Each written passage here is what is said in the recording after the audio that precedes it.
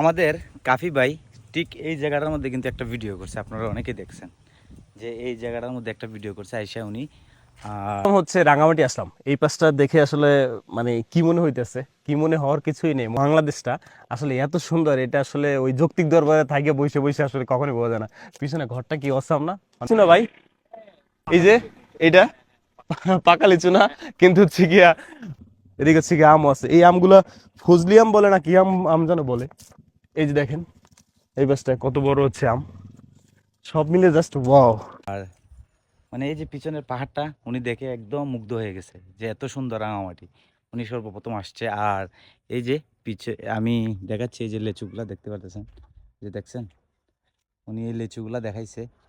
তো আসলে আপনি ইচ্ছা করলে একবারে হাত দিয়ে পেরে খেতে পারবেন, কিন্তু খাওয়া তো সম্ভব না, কারণ আপনার রাস্তার পাশে একটা জিনিস, সেটা তো আপনি বিনা অনুমতিতে খেতে পারবেন না। এবং উনি কিন্তু আমও কিন্তু দেখাইছে, এই যে দেখেন খুবই সুন্দর সুন্দর আম দেখছেন। এই যে রাস্তার পরে খুবই সুন্দর আম। আর এটা হচ্ছে আমরুপালি, আমরুপালি। এগুলো আমরুপালি। আর এই যে লেচু, এরকম অহরহ লেচু আপনারা অনেক, মানে এই রোডের মধ্যে যতটুকু আপনি যাবেন অনেকগুলা লেচু এবং আম বাগান সবগুলোই পাবেন। আমি আরো সামনে গিয়ে আপনাদেরকে দেখাচ্ছি, দেখতে থাকুন। লেচুগুলা দেখছেন, এই যে দেখছেন কি পরিমাণের লেচু দেখছেন, একদম রাস্তার পাশে লিচুগুলা।